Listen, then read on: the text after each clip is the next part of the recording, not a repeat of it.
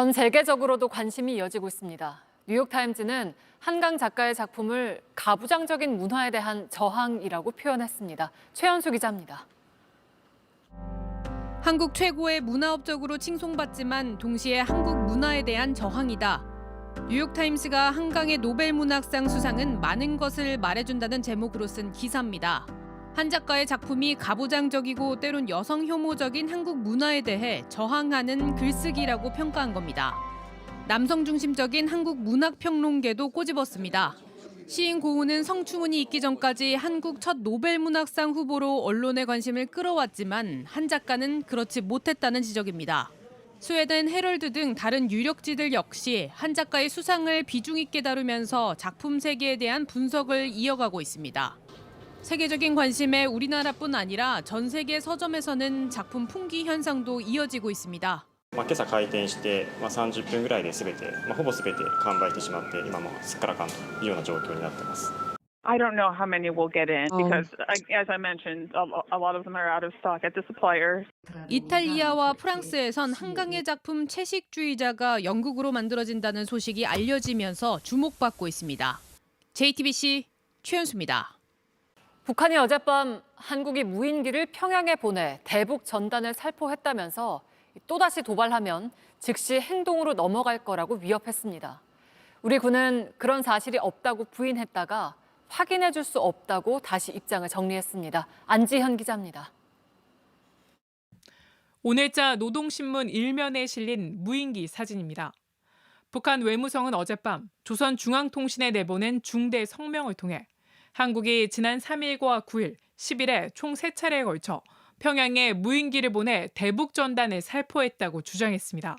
수많은 반공화국 정치모략 선동비리를 살포하는 천인공노할 만행을 감행하였다. 그러면서 또다시 도발 행위를 감행할 때 즉시 행동으로 넘어갈 것이라고 위협했습니다. 김용현 국방부 장관은 어젯밤 법사위 국감장에서 그런 적이 없다고 대응했다가 1시간 뒤 확인해 줄 수 없다고 입장을 다시 정리했습니다. 이러한 북한 주장에 대해 사실 여부를 확인해 줄 수 없다. 이게 기본 입장입니다. 확인해 드릴 수가 없습니다. 북한 내부에서 할 수도 있습니다. 우리 민간단체가 보냈을 가능성도 있지만 북한의 도발에 구실을 주지 않기 위해 여러 가능성을 의도적으로 열어둔 걸로 풀이됩니다. 합참도 어젯밤 북한을 향해 경거망동하지 말고 자중할 것을 촉구했습니다. 신원식 안보실장도 오늘 한 방송에 출연해 북한에 일일이 대응하는 것 자체가 현명하지 않다면서 우리 정부도 군의 입장을 수용하고 찬성한다고 했습니다. JTBC 안지연입니다. 가수 제시 일행이 사진을 찍어달란 팬을 폭행해서 논란이 일고 있습니다. 제시는 도의적인 책임을 지겠다며 가해자를 알지는 못한다고 했습니다. 심가은 기자입니다. 반바지를 입은 남성이 가수 제시에게 다가갑니다. 자신을 팬으로 소개하며 함께 사진을 찍자고 요청합니다. 제시가 거부한 뒤에도 재차 요구하자 갑자기 제시와 함께 있던 남성이 주먹을 휘두릅니다. 제시가 안 된다고 죄송하다고 해가지고 저도 이제 죄송하다고 하고 가려는데 옆에서 이제 누가 한 명이 걸어왔어요. 뒤에서 얼굴을 때렸거든요, 그분이. 제시가 거리를 두고 말리는 사이 폭행은 계속 이어집니다. 맞은 남성이 경찰에 신고했지만 제시를 포함한 일행은 모두 자리를 떴습니다. 지난달 29일 새벽 서울 압구정동에서 벌어진 일입니다. 피해자는 뇌진탕 진단을 받은 뒤 지난 10일 신원미상의 가해자를 포함해 현장에 있던 4명을 폭행 등 혐의로 고소했습니다. 또 제시 소속사를 통해 가해자를 찾으려 했지만 실패했습니다. 제시는 사건이 보도되자 소셜미디어를 통해 피해자에게 사과의 뜻을 전했습니다. 갑작스러운 상황에 당황해 피해자를 세심히 배려하지 못했다고 했습니다. 그러면서 가해자가 합당한 처벌을 받을 수 있게 노력하고 있다고도 했습니다. 다만 가해자는 그날 처음 본 사람이라며 연관성에는 선을 그었습니다. 제시 소속사 역시 가해자는 그날 함께 자리를 한 5, 60명 가운데 한 명으로 누군지 알지 못한다고 덧붙였습니다. 강남경찰서는 고소가 접수된 만큼 엄정하고 철저하게 수사할 계획이라고 밝혔습니다. JTBC 심가은입니다. 옛 쌍용 자동차, KG 모빌리티 전현직 임원들이 경비 용역업체 인건비를 빼돌리는 식으로 회사 돈을 횡령해서 경찰 수사를 받고 있습니다. 2009년 쌍용차 파업 때부터 내부 비리를 알게 된 현직 총무팀 직원의 증언을 JTBC가 직접 들어봤습니다. 북울터뷰 이상엽 기자의 단독 보도입니다. 옛 쌍용자동차 KG 모빌리티 총무팀 직원 서성호 씨는 2018년 10월 쌍용차 경비 용역업체 대표를 만났습니다. 2009년 쌍용차 파업 당시 사측에 경비 용역을 제공한 사람입니다. 쌍용 연료차가 저밖에 없었답니다. 차를 간단히 마실 생각으로 만났는데 정말 소설 같은 어마어마한 얘기를 하는 겁니다. 당시 쌍용차는 경영난을 이유로 2,646명의 정리해고 명단을 발표했습니다. 이에 노동자들은 77일 동안 공장을 점거하고 파업을 진행했습니다. 쌍용차는 파업을 진압하기 위해 용역 1인당 24만 7,500원씩 하루 380명을 투입했습니다. 이때 쌍용차 임원들이 용역업체로부터 1인당 4만 5천 원씩 돌려받았고 파업 이후로도 용역비 일부를 리베이트로 빼돌렸다는 의혹이 제기된 겁니다. 페이백을 이야기할 때 자기 혼자 먹는 게 아니라 그때 당시 누구한테도 전달을 해줘야 된다. 그렇게 가져갔다고 합니다. 2009년 5월부터 2018년 12월까지 약 30억이 전달이 됐고요.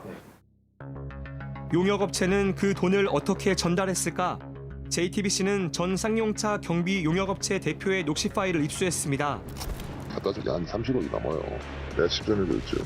공배 연수원뒤 보면은 무슨 옛날 찜질방 있었어요. 그 뒤 주차장. 현장이 안정화가 되고 나서는 내가 집, 아파트, 또 전 용역업체 대표가 쌍용차 총무팀장 집에서 현금 수십억 원을 직접 전달했다는 겁니다. 서 씨는 이 사실을 쌍용차 감사팀에 알렸습니다. 감사팀장이 저를 호출을 했어요. 그때 당시 대표이사 특별 지시사항이니 모든 얘기와 자료를 다 공개해라. 그렇지 않으면 서 차장도 다칠 수 있다. 그 이후에 유야무야 감사팀에서 이게 어떻게 진행된다. 저한테 한 번도 피드백이 없었고요. 오히려 강제 발령을 받았다고 주장했습니다. 그때 제가 평택 총무팀에 근무를 하고 있는데 윗사람들이 좋아하지 않는다는 이유로 저를 강제 발령될 수밖에 없다라고 해서 전 용역업체 대표가 2018년 10월 서 씨 접촉 한 달쯤 뒤 쌍용차에 거짓으로 이야기한 부분이 숱하게 많은 이야기로 사리부터 나돌고 있다며 갑자기 쌍용차 용역비 횡령 의혹은 사실이 아니라고 말을 바꿨기 때문입니다. 그런데 JTBC 취재 결과 쌍용차 내부에서 용역비 횡령 조사를 무마한 걸로 의심되는 증언이 추가로 드러났습니다.